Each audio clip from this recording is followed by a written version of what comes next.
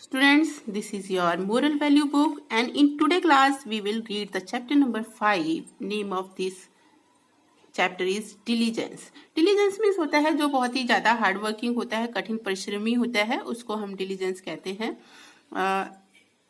इस स्टोरी में हम रीड करेंगे. ये स्टोरी आंट और मॉस्किटो से रिलेटेड है और इसमें क्या होता है इसको रीड करने पे ही पता चलेगा कि आंट और मॉस्किटो की स्टोरी में है क्या.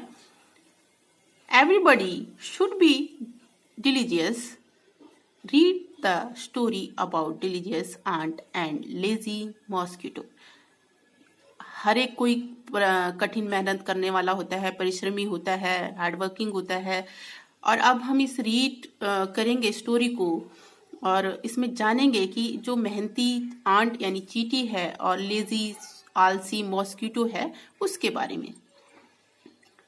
वर्क इज वर्शिप, काम ही पूजा है.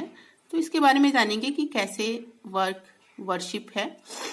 Once upon a time an ant and a mosquito lived next to each other.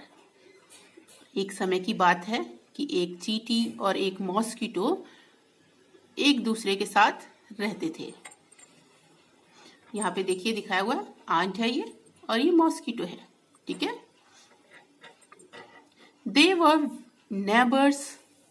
ये दोनों नेबर्स यानी पड़ोसी थे. नेबर्स की स्पेलिंग लर्न करना है आपने. ने NEIGH ने BOURS birds neighbours. But they were quite different from each other. लेकिन वो दोनों एक दूसरे से थोड़ा सा डिफरेंट थे, अलग थे.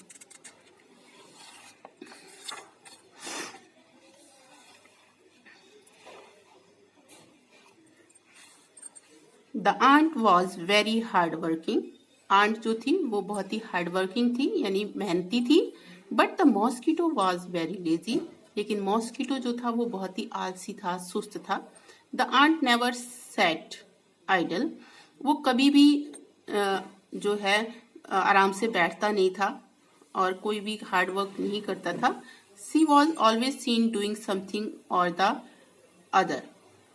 और वो कुछ ना कुछ हमेशा जो आंट है वो देखती थी कि कुछ ना कुछ दूसरों के साथ करता रहता था. The mosquito disliked doing my any work. Mosquito जो है वो कोई भी काम करना पसंद नहीं करता था. He only roamed around and sang song in the ears of children and elders. वो हमेशा रोम्ड मिस होता है, घूमता रहता था. किसके अराउंड मतलब कि किसी बच्चों के बड़ों के चारों ओर घूमता रहता था. और सैंग सॉन्ग मतलब कि आवाज जो उसकी आवाज है गीत गाता रहता था बच्चों के और बड़ों के कानों में. During the summers the ant work hard. Summer यानी गर्मियों में आंट जो है उसने बहुत ही कठिन मेहनत की यानी अपना फूड वगैरह सब कुछ उसने स्टोर किया. She knew that in winter she would be unable to do any work. She यानी आंट वो जानती थी कि विंटर यानी सर्दियों में वो अनेबल कर नहीं पाएगी कोई भी work. So throughout the summer season, वो पूरे summer season she worked day and night.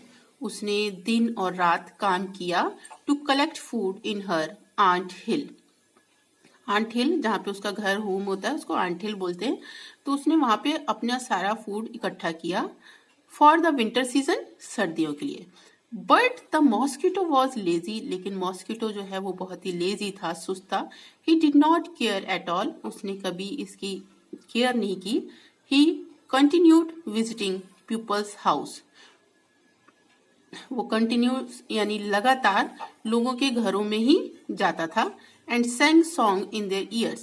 और लोगों के कानों में गाना गाता था. He bid the human being a suck their blood whenever he was hungry. वो क्या करता था, लोगों को काटता था जब उसे उनके ब्लड को चूसता था जब भी उसको भूख लगती थी. ठीक है. मॉस्किटो वैसे भी ह्यूमन ब्लड लेता है. ठीक है. जब काटता है तो ह्यूमन ब्लड उसको भूख लगी होती है तो When the winter season approached, the aunt was comfortably and happy. जब विंटर सीजन आ गया तो आंट जो है बहुत ही आराम से थी, खुशी से थी. She had already collected enough food. उसने पर्याप्त भोजन जितनी जरूरत थी उसके पास फूड था फॉर हिम हरसेल्फ, उसके लिए. यानी आंट के पास अपने लायक इनफ मीन्स होता है पर्याप्त, जितनी जरूरत होती है, ठीक है, तो उतना फूड उसके पास था. एंड हर फैमिली, और उसके परिवार के लिए भी. She could go into her ant hill and stay there for the whole winter season. और वो अपने आंट हिल में चली गई जो उसका होम है, और वहीं पे आराम से उसने पूरी सर्दियां बिताई. But the mosquito had nothing to eat. लेकिन मॉस्किटो के पास कुछ भी खाने के लिए नहीं था. It was not possible for the mosquito to come out in the cold weather. ये मॉस्किटो के लिए कोई मतलब कि पॉसिबल नहीं हो पा रहा था कि वो इतनी ठंड मौसम में बाहर निकल के आए. The mosquito saw the ant going into her ant hill. Mosquito ने देखा कि जो आंट है वो अपने आंट हिल यानी अपने होम में जा रही है. He called the ant. उसने आंट को बुलाया. एंड सेड, और कहा, dear friends please help me. Dear friend मतलब कि आंट से बोला मेरी मदद करो. I and my family have nothing to eat. I and my यानी मेरे पास और मेरी फैमिली के पास कुछ भी, नथिंग मतलब कुछ भी नहीं है, टू ईट खाने के लिए, यानी मेरी और मेरी फैमिली के पास कुछ भी खाने को नहीं है. The aunt said. आंट ने कहा, what can I do for you.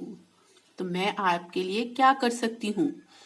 During summers you did nothing accept enjoying your self. Summer यानी गर्मियों में तुमने अपने आप को इंजॉय करने की बजाय और कुछ नहीं किया. एक्सेप्ट मतलब इसके बजाय दूसरा कोई काम नहीं किया. सिंगिंग सॉन्ग्स गाना गाना, एंड बाइटिंग पीपल लोगों को काटना, और गाना गाने के अलावा तुमने कुछ नहीं किया. You should have worked hard for the winter season.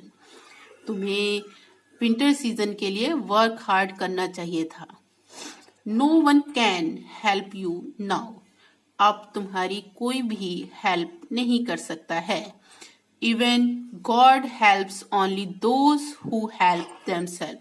और यहाँ तक कि गॉड भी उनकी हेल्प करता है जो अपनी हेल्प खुद करते हैं, यानी अपने बारे में जो सोचते हैं, मेहनत करते हैं, हार्ड वर्क करते हैं, गॉड भी उनकी हेल्प करता है. Now turn the page. Story यहीं पे स्टोरी का एंड हो जाता है. यानी मॉस्किटो परेशान हो जाता है, भूख से परेशान हो जाता है. अब उसको ये लगता है कि मुझे हार्ड वर्क नहीं किया, और आंट ने इस चीज का एहसास दिलाया. तो बच्चों स्टोरी का जो मोरल है यही है कि हार्ड वर्क करना चाहिए. चाहे वो एजुकेशन हो, आप पढ़ाई में हार्ड वर्क करेंगे तो आपको अच्छा रिजल्ट मिलेगा. आप किसी भी चीज को हार्ड वर्क मन लगा के करते हैं तो उसका बेनिफिट अच्छा ही होता है. ठीक है. सो स्टूडेंट, आपने अच्छे से बुक इस चैप्टर को रीड करना है और अंडरस्टैंड करना है. Okay, thank you.